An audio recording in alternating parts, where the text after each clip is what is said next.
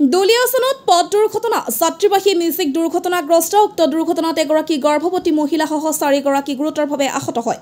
জানিব পৰা মতে ভাদৈ পাওচালিৰ পৰা দুলিয়াজানৰ অভিমুখে আহি থকা AA06AC4212 নম্বৰৰ যাত্ৰীবাহী মিউজিকখনে নিয়ন্ত্ৰণ হেৰুৱাই প্ৰাগজ্যোতিষ অঞ্চলৰ পথৰ মাজত থকা ডিভাইডাৰত খুন্দা মৰাৰ ফলতে দুৰ্ঘটনাটো সংঘটিত হয়। স্থানীয় ৰাইজে তৎকালীনভাৱে আহত কেইগৰাকীক ঘটনাস্থলীৰ পৰা উদ্ধাৰ কৰি দুলিয়াজান লাইফ কেয়াৰ নাৰ্ছিং হোমত ভৰ্তি কৰায়। আহত গৰ্ভৱতী মহিলাগৰাকী হৈছে ভাদৈ পাওচালি চৰাইপং অঞ্চলৰ ছবিনা মাছি আৰু একে অঞ্চলৰ তুলসী মুৰা।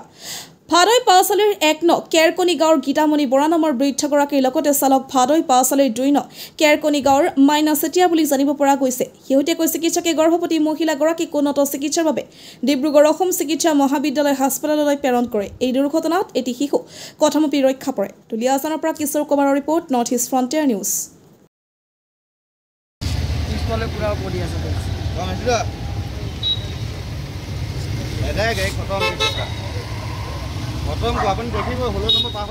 আমি ভাবিয়া পাইছিল আহিছিলো কলে যাব আমি মই দুলিয়াজান তৈলনগৰ নামঘৰলৈ যাওঁ। নামঘৰত আমাৰ অনুষ্ঠান আছে, তালৈ আহিছিলো।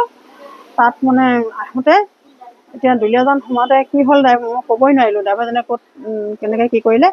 মই বহুত দুখ পাইছোঁ বুকুখনৰ ভিতৰত। এক্সিডেণ্টটো ক'ত হৈছিলে? ক'ত হৈছিলে? গাৰ্গ মটৰ পাৰ হৈ হৈছিলে বোলে। গাৰ্গ মটৰ পাৰ হৈ কেইজন আছিলে? আমি 6জনমান আছিলোঁ মানুহ। আপুনি দুখ পাইছে নেকি? মই একো গম নাপালোঁ এক্সিডেণ্ট হোৱা। কি কৈছে? মই এক্সিডেণ্ট হোৱা গম নাপালোঁ। আপুনি একো গমেই নাপায়? গমেই নাপালোঁ মানে মই ততে ধৰি বনালোঁ। মোৰ ঘূৰাই গ'ল একদম, মানে বুকত দুখ পালোঁ। ক'ত দুখ পাইছে? মই বুকত দুখ পাইছোঁ, এই গোটেই বডিটোত দুখ পাইছোঁ মই। মেডিকেললৈ আহিছে?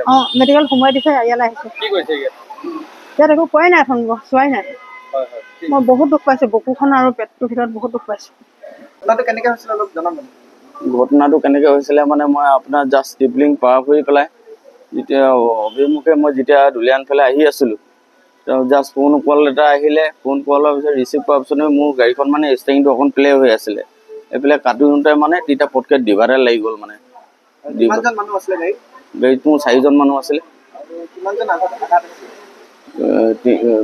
মোৰ সৈতে 4জন হৈছে। ক'ৰ পৰা আহিছিলে গাড়ীখন? ভাদৈ পাওচালিৰ পৰা দুলিয়াজানলৈকে।